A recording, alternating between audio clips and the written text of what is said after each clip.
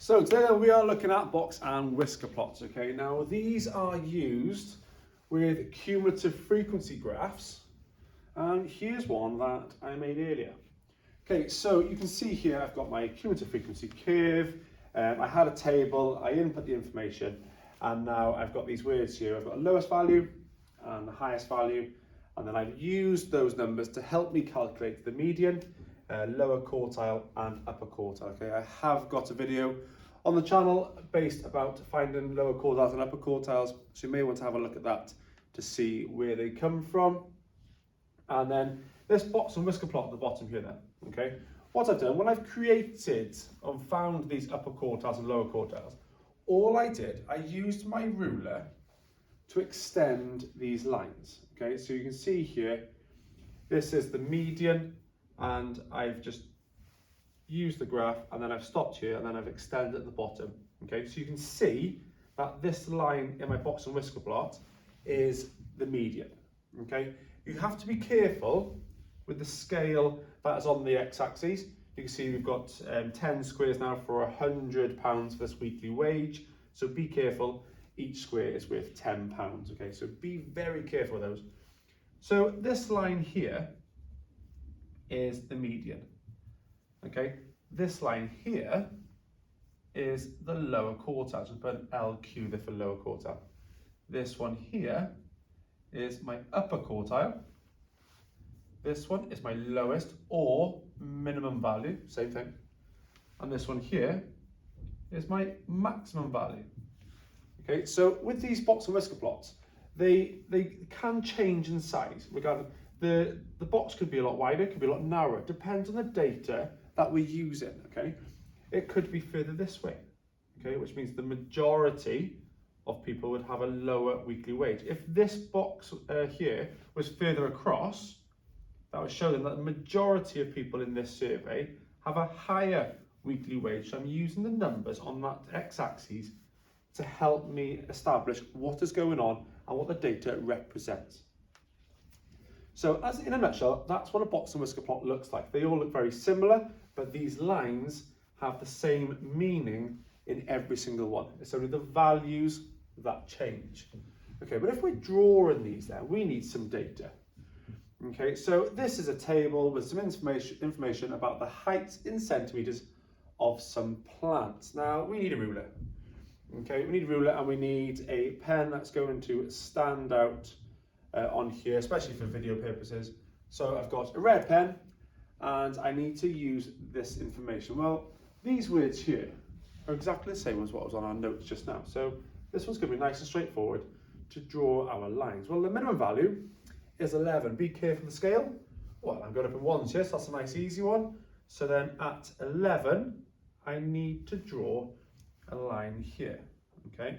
So that's my minimum value. Lower quartile is 28, so let's go to 28 and draw a line.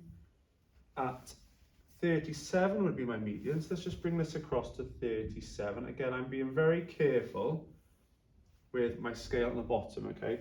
Upper quartile 42, so I've gone to 40 and also gone 2 squares on. It may look like I've done that quite quickly, but my eyes are looking at the x-axis to see where the line will go. Right, so now this just looks like I've got 5 lines on this sort of grid here, okay? Now, we know that the minimum value is this line here, and then lower quartile, median, upper quartile, max value. We need to draw a box around those, and then lines out to these because these are our whiskers. Okay, so be careful with the scale, draw your lines, make sure the box goes around these here. These parts here are just our whiskers. You may have tables that look like this. Again, our 5 lines, minimum value, lower quartile, median, upper quartile, and maximum value. However, here we have 4 of those 5 things, but we do have a range. Okay, now the range is the maximum subtract the minimum. Okay, so if we have a maximum of 185, and a range of 101, our lowest value must have been 84. Okay, so I'm going to use that information. Now with this green pen, I'm going to find where the lowest value, will go on my x-axis here. Be careful with the scale. Oh, now I've got 10 squares with 20 grams. Okay, so that means we must be going up in twos. So the lowest value is 84, so let's go 84 there. Remember, I go up in twos, that's why it's the second square across. Lower quartile is 110, which is halfway between 100 and 120. You've got to be extra careful now with this ruler. Median is 132, so 130 is there, one more square across. Then I've got upper quartile 162. Wow, that's all the way over here. Okay, it must be right because this is the information that I've been given. Okay, so again, use my ruler, a nice clear pen. Maximum 185, which is halfway between 184, and 186. So I've got a line there. Okay, there are my 5 lines. I need to draw the box between my lower quartile, median, and upper quartile. And then in order to join that up with my minimum value and maximum value, this is where I draw my whiskers. Just like that. So when we're given a table, it's quite straightforward. Be careful of the words. Obviously that one said range.